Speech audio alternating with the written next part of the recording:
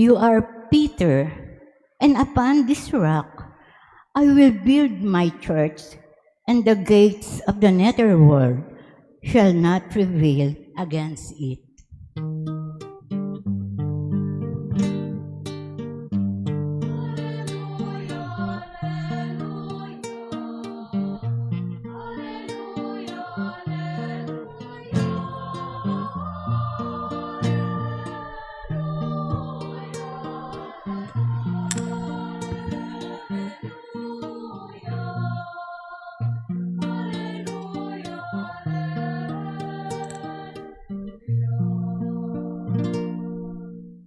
The Lord be with you. And with your spirit. A reading from the Holy Gospel according to Matthew. Glory to you, O Lord. Jesus went into the region of Caesarea Philippi, and he asked his disciples, "Who do people say that the Son of Man is?" They replied, "Some say, John the Baptist, others Elijah, still others Jeremiah or one of the prophets." He said to them, "But who do you say that I am?" Simon Peter said in reply, "You are the Christ, the Son of the living God." Jesus said to him in reply, "Blessed are you, Simon, son of Jonah. For flesh and blood has not revealed this to you, but my heavenly Father. And so I say to you, you are Peter, and upon this rock I will build my church, and the gates of the netherworld shall not prevail against it. I will give you the keys to the kingdom of heaven. Whatever you bind on earth shall be bound in heaven, and whatever you loose on earth shall be loosed in heaven." Then he strictly ordered his disciples to tell no one that he was the Christ.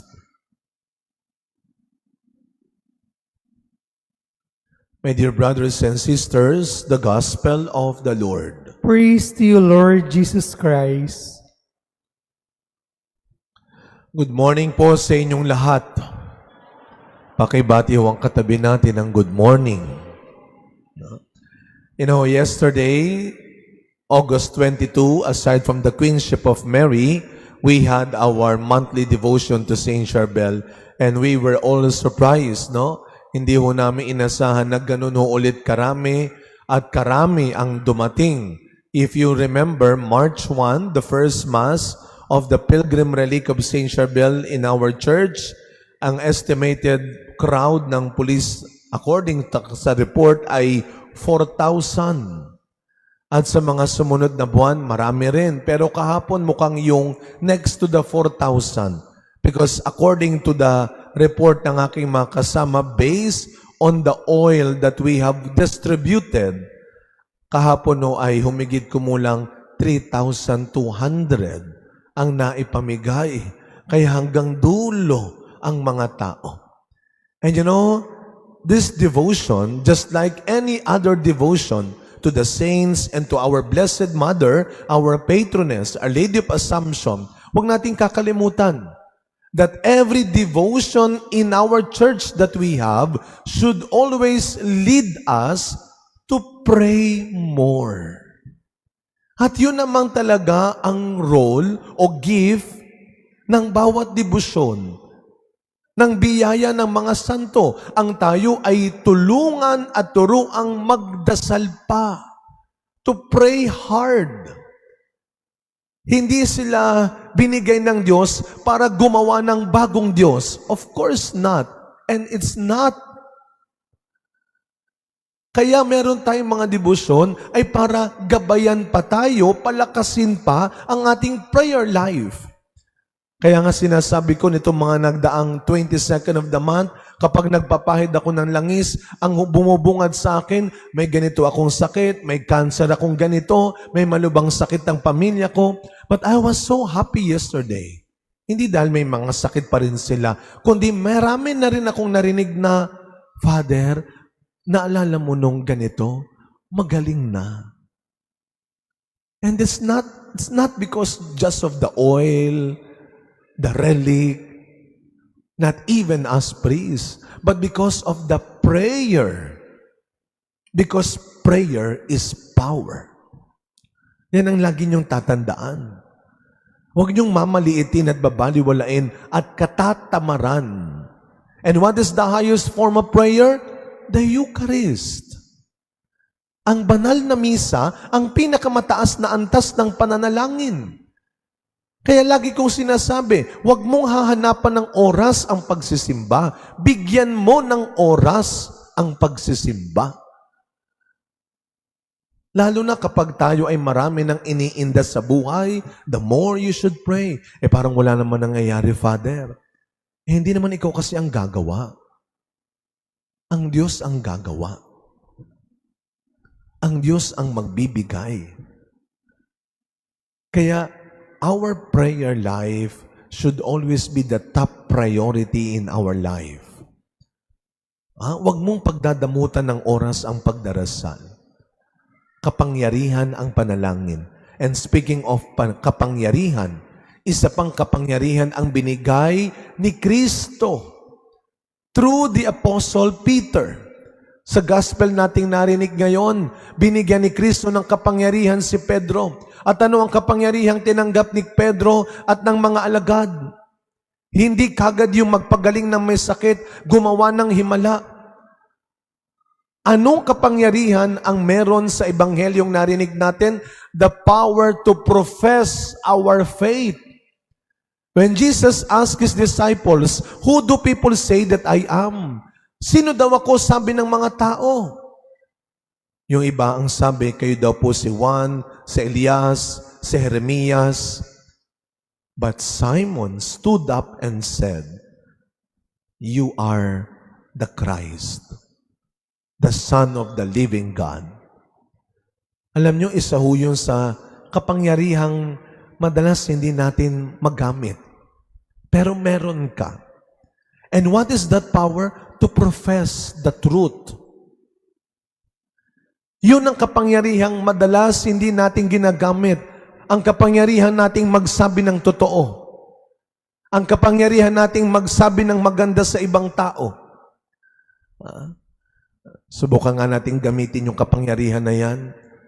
Sabihin nyo nga po sa katabi ninyo, sabihin nyo sa katabi nyo, mukha kang mabait. O, diba? Hindi nyo humagamit-gamit, no? Hindi nyo humasabi-sabi. Sige nga, sabihin nyo sa katabi nyo, mukha kang mabait. Naniwala naman yung katabi mo, no? Pero tingnan ho ninyo. Tingnan ho ninyo ang ginawa ng isang salita lang sa buhay para pakiramdam ng isang tao sa wakas. May nagsabi rin ng maganda sa akin. Kung tatanungin ko kayo, when was the last time? At sino ang huling taong nagsabi ng maganda sa'yo? Ikaw ba'y madalas nasasabihan ng mga kasama mo man lamang sa bahay ng magaganda? O ni yun man lamang hindi nila magawa? Hindi mo man lamang magawa. If prayer is power, every word is also powerful. Kaya every word is a two-edged sword. It can make you or break you.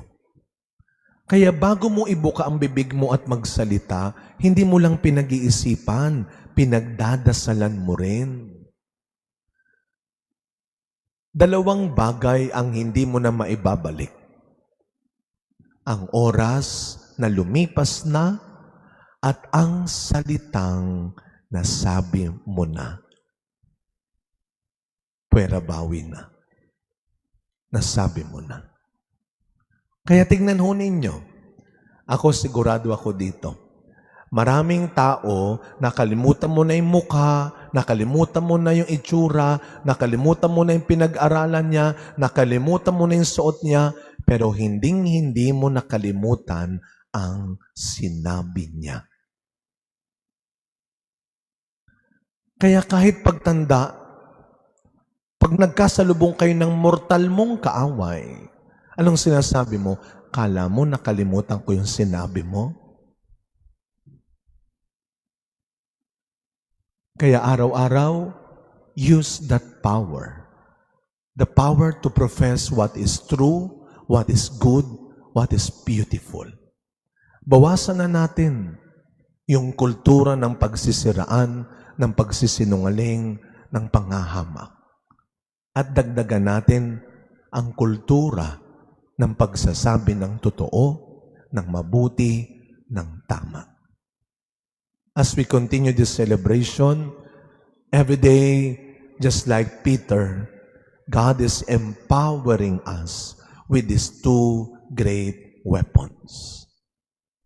Your power to pray and your power of words.